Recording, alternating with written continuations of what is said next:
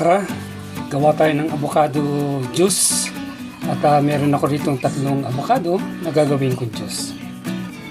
Nawa, i-blender ko itong avocado. Now, lalagyan ko ito ng kalahating lata ng gatas evaporada.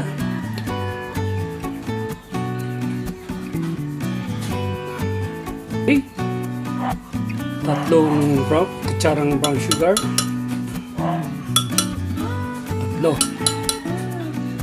1 cup mineral water. Dadagdagan ko pa yan. Okay, blender na natin.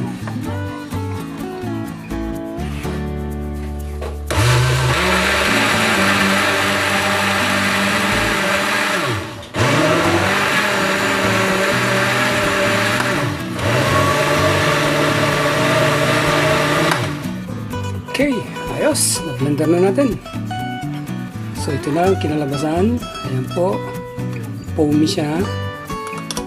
Okay. Natikman natin, ano? Ayos, mga kaibigan. Sarap!